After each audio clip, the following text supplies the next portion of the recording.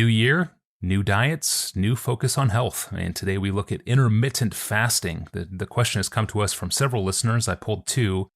Here's a listener named Sharon. Pastor John, I have always thought of fasting as a special spiritual discipline between me and God, a plea for dependence on Him as I pray about specific things.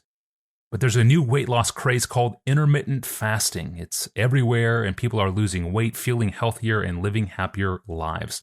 That's great, but for a believer, is intermittent fasting sacrilegious if it's done merely for weight loss purposes?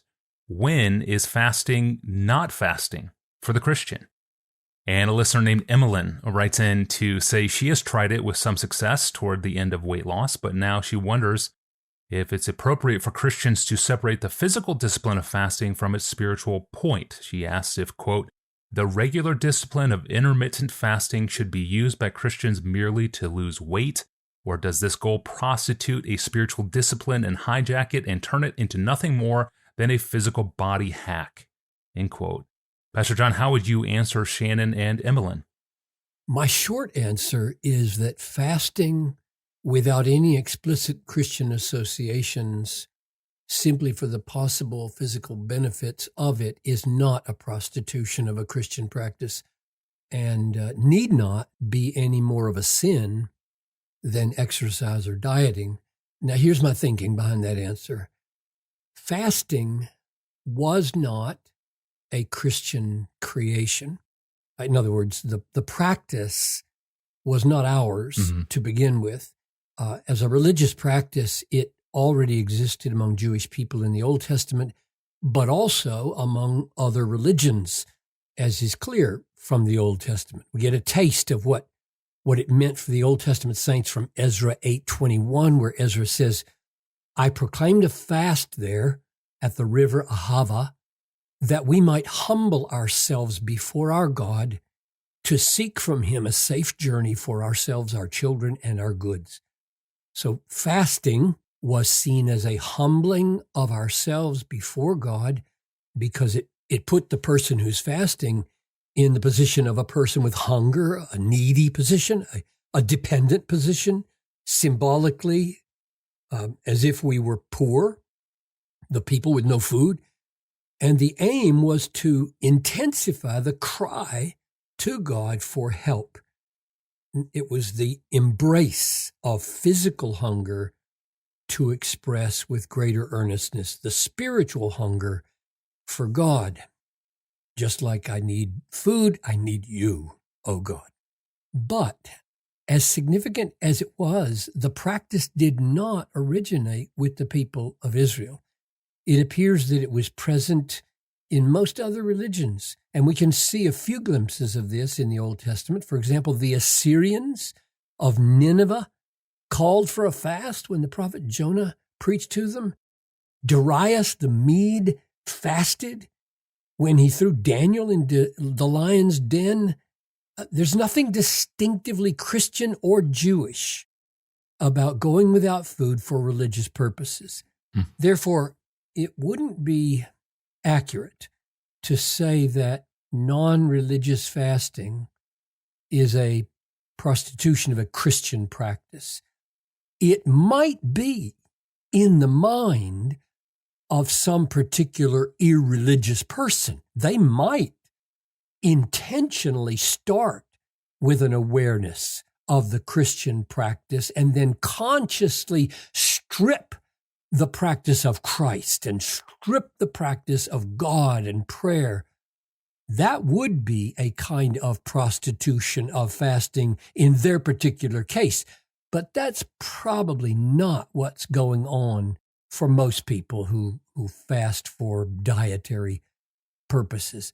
I think what we need to be alert to that's more serious than a simple physical practice for the sake of health, which has a parallel with Christian practice for spiritual reasons, more serious than that is when a Christian practice is taken over and treated by unbelievers as though it were simply physical, bodily benefit, but really, there is a subtle spiritual dimension to it which they say claims benefits coming from some higher power through the practice. Now, this may in fact be what's happening with some non-Christians in the practice of fasting, though I'd be slow to say it's the main thing that's happening. So let me illustrate what I mean by this from Paul's letter to the Colossians. In Colossians, as in the rest of the New Testament, humility, lowliness, is a good thing. It's a beautiful virtue. The Greek word, which will matter in just a minute, is tapinaphrosune. So Paul says in Colossians 3:12, put on then, as God's chosen ones, holy and loved, compassionate hearts, kindness, tapinaphrosune, lowliness, humility. But there were false teachers in the church at Colossae that used this word tapinaphrosune similarly and yet subtly differently, and made it part of their pagan practices that they insinuated then into the church. So in Colossians 2:18, Paul says, let no one disqualify you, insisting on tapinaphrosune.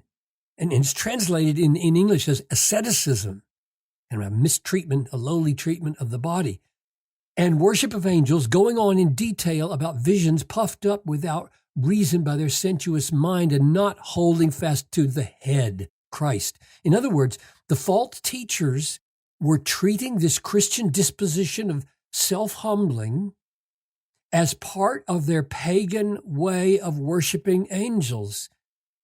And then Paul goes on to say, he gets right to the heart of the matter in verse 20 following, this has an appearance of wisdom in promoting self-made religion and tapinaphrosune, asceticism, lowliness, self-humbling, and a severity to the body, but they are of no value in stopping the indulgence of the flesh. Now, the reason I call that getting to the heart of the matter is that here we have a non-Christian use of a Christian virtue, and it has the appearance, Paul says, the appearance of wisdom, and particularly wisdom in showing severity to the body, kind of self-denial, probably including, even then, fasting.